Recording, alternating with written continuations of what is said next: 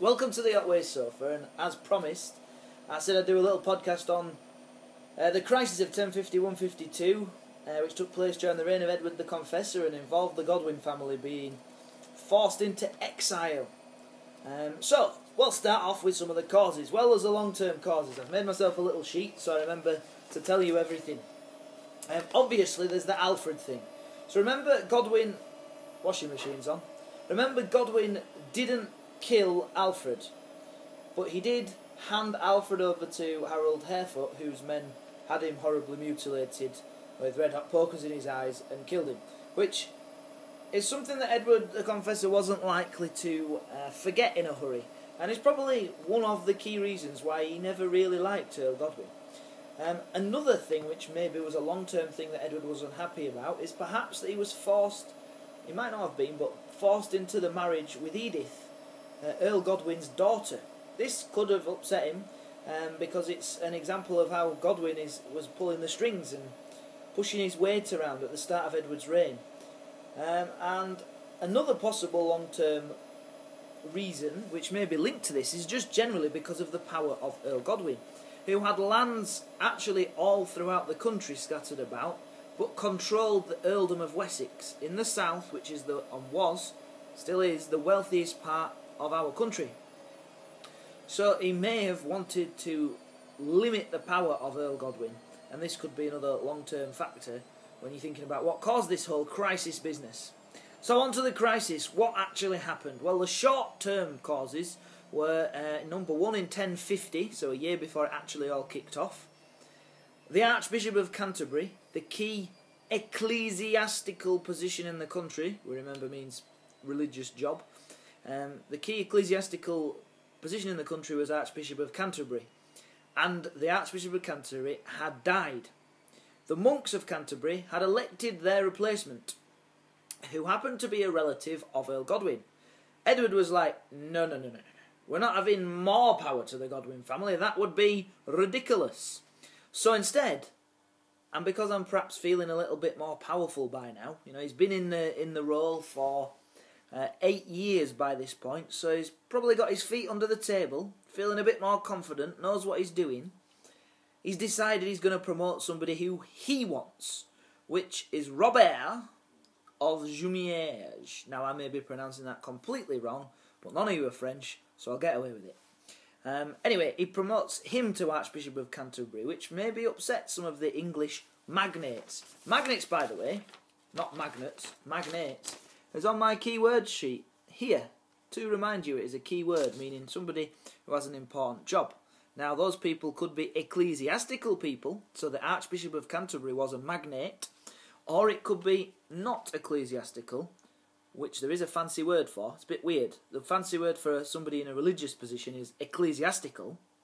The fancy word for somebody who is a magnate not in an ecclesiastical position, religious, remember, is secular. I don't know why they have a word for that, but they have. Not religious, secular. Important magnates, secular magnates, ecclesiastical magnates. The point is, they might have been a little bit upset that a Norman had been promoted ahead of them, or ahead of a Saxon person. Anyway, what else have I got to tell you? Then, a year later, in 1051, Edward's brother-in-law went through Dover with his armour on.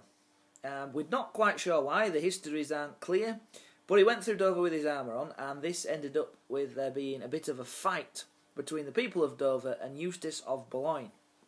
Now, as a result of this fight, Eustace said, I'm imagining like something like this, I demand there be justice for what has happened to me and my men. And Edward, he's taken an opportunity, he's had it presented to him. I think this is an example of Edward being a little bit clever. He's thought, I imagine he did this with his fingers as well. Perhaps I could use this to my advantage. I'll make Godwin punish Dover. His own earldom. So he sends Earl Godwin to go and punish Dover, but Earl Godwin, he doesn't want to punish the people of Dover, and he refuses. Now, if he'd accepted, it would have damaged the power of Godwin in his own earldom. But if he refuses, well, you don't refuse a direct order from the king.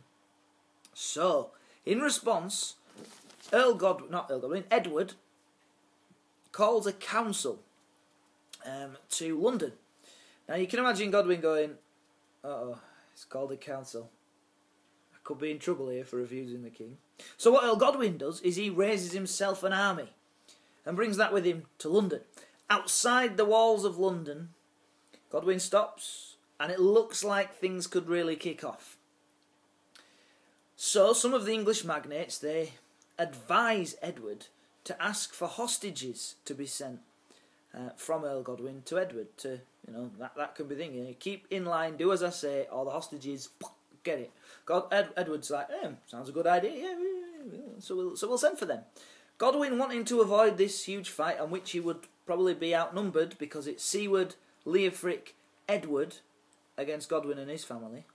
Well, he's quite happy with this, so he sends his thanes. It's on my keyword sheet. Thanes. Now, you can think of thanes as being like the English word for knights. They're a little bit different. Knights kind of always owed military service. Thanes often owed military service. A thane is a magnate. Not as important as an earl, but usually quite powerful and quite wealthy, and fairly good at fighting. So the thanes, they were sent, Earl Godwin's thanes were sent to Edward as hostages. And then Edward says, now I've got his hostages, I've really got him. So he turns up the screw a little bit. He sends Stigand, not the Stig off Top Gear, different person, Stigand. And is he on my sheet? No, Stigand's not on there, I'm afraid. Stigand went out to go meet Earl Godwin, because Godwin had asked for the king's peace, as in, treat me fairly, I'll come into London, and we'll get this whole council thing started. Stigand comes out with a message that goes something along the lines of, you can only have the king's peace when you return his brother back from the dead. So in other words, unless you can raise people from the dead and perform miracles, you ain't having any peace, sunshine. Flipping heck, that was lightning. That was an interesting one. At this point, it's probably worth dedicating my podcast and the lightning to Abby, who asked for a dedication in this podcast, so a bit of a shout-out. So shout-out to Abby. Thanks for listening. Anyway, back to the story. So Earl Godwin, he realises it's all hopeless, so he's off. And he goes to Flanders, which is now in Belgium. No such country as Belgium then. But he goes off to Flanders with most of his family. A couple of members of his family, Harold Godwinson and Gurth, who is Harold's brother, they go off. So the camera ran out of space partway through that, so I had to delete some stuff and come back. So the point we were at, they'd legged it abroad.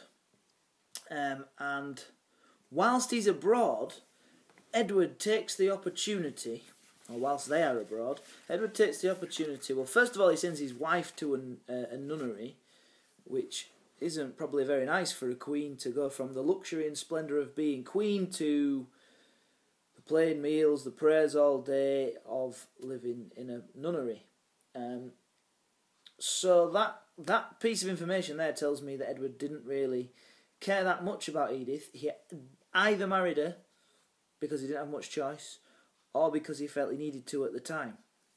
Anyhow, whilst they're out, Edward takes the opportunity to promote Norman magnates to important positions. Now, one of the things which the exam board has said in the past is that students never can name specific Normans that have been promoted to these important positions. Well, you've got this guy, Robert of Jumièges, who was promoted in 1050. He didn't gain a more important position because there wasn't a more important ecclesiastical position than Archbishop of Canterbury. But the chronicles suggest, and certainly Edith's book Vita Edwardi, that suggests that he gained more and more influence with the king in the absence of the Godwins. So you could say in your exam that Robert of Jumièges gained a more prominent position, you write this down if you want, a more prominent position in the king's court. But this is a person who was promoted at the time, somebody called Ulf of Dorchester. So there we go. He was another person who was put into prominence. So this probably upset Siward and Leofric a little bit, who'd stood behind Edward when it was all kicking off in 1051.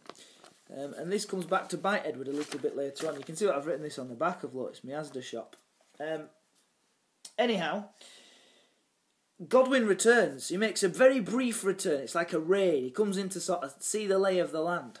And when he gets back into his earldom of Wessex, because it's the nearest place to Flanders, he lands there and the people are pretty chuffed to see him. He legs it back again because the royal fleet is sent to come and intercept him, and before they can get him, he goes back to Flanders. But this teaches Godwin an important thing, you see, because he knows that if he makes a return, or attempts to make a return, the people in his old earldom, Wessex, would stand right behind him. And so, in 1052, Earl Godwin arranges with Harold and Gurth in Ireland to descend upon England once more. Gurth and Harold come from Ireland, going around the coast, ravaging on their way, and doing all sorts of damage. Earl Godwin comes straight across, and when Gurth and Harold get to their own earldoms, they stop ravaging, and they start being nice to people and gathering support, as does Earl Godwin himself. Hold on. So when he returns, when the Godwin family return, they gather an army and go back to London again. And this time, Leofric and Siward will not stand behind Edward. They don't openly refuse him. He sends for the help. He says, "Come quick, flipping heck, Godwin's back." Leofric and Siward, they know that it's not the done thing to say, "No, we're not coming," because it didn't work out for us last time. They're like, yeah, we're coming. Don't worry, we're on our way. But they purposefully, or so that the sources seem to suggest, they purposefully came very slowly so that they weren't there in time.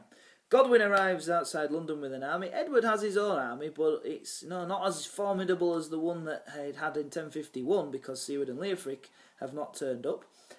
And he's kind of forced to accept a humiliating apology from Godwin. Humiliating, that is, for Edward more than Godwin. Godwin says, "I'm sorry." Edward goes, and imagine something like this: "All right, I accept your apology. You can have all your lands back." He really, I don't think, would have wanted to do this.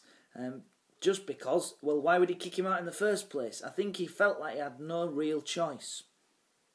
So, I hear you ask me, what are the interpretations, or possible interpretations, of all this event? What are the possible interpretations of this event, please, Mr. Otway? Well, let me tell you. Possible interpretation number one is that this shows that Edward was really cunning and clever, that he put Godwin in that position, and by making him to go and attack Dover, which he thought, right, if he does it, it's going to remove power from Godwin. If he doesn't do it, he's refusing the king. I can use this to my advantage. And that just simply later on, he got a little bit overconfident. Interpretation number two is that Edward, though a king with ability who makes some good decisions and manages to kind of get his own way, was stitched up by the Danish period of rule. Yes, the Danes, the Vikings, had fatally undermined Edward's rule by creating these three earldoms. Remember, when Canute is king, he's actually an absentee monarch because he's out of the country a lot of the time, so he has to leave some people in charge. So he divides the country up into three different earldoms, and this is the situation that Harefoot, and then Arthur Canute, and then Edward, they all inherit. And it's no good to Edward, because it means he cannot possibly act unless he's got the support of at least two of the other earls. It's no way for a king to run his land, to have such powerful people in the background. And this is one interpretation, that it was the Danish period of rule that fatally flawed Edward's reign. A third interpretation is that Edward was kind of especially weak-willed. He wasn't able to control his subjects. He clearly wanted rid of Godwin. He had to rely on his earls to get him what he wanted, and then they didn't back him up, and he didn't really do anything about it, and he sort of let Godwin come back, or perhaps it was a capricious thing. So capricious is like changing your mind. This must be on my sheet. This must be. There we go. We've got it. Capricious. So it's somebody who changes their mind a lot. Now, it could be that it's a possibility that Edward realised that he maybe needed the Godwin family back because they were so powerful and he needed them on his side. A little bit less likely, but you could argue that. And finally, my fourth and final interpretation of this whole event is that, well, not about Edward actually, it's about Godwin himself. Godwin actually managed to get, so one source suggests, the King of France and the Duke of Flanders to manage to get them both to try to convince Edward to let Godwin back. They are two very, very powerful people. And when Godwin returned, he'd been out of the country for a year, he managed to gather an army nonetheless. So an interpretation is this whole event just shows how ridiculously powerful the Godwin family were at the time. One thing that I have remembered that I forgot is that when Godwin returned, one of his conditions was that all the Normans had to flee. And Edward had to announce that they were banished for providing bad counsel. So it's like Edward, not only did he have to accept the Godwins, he had to say, yeah, they gave me some bad advice, and that's why I did these naughty things that I did. So all that's left to be said is you might be wondering why there are no curtains in my house. It's not because I'm an exhibitionist, it's because we've got a brand new house. And we're buying baby things all the time. So, until the next time, thank you for the Chris to this. Remember, shout out to Abby. Thanks, Abby. And I hope you found this useful.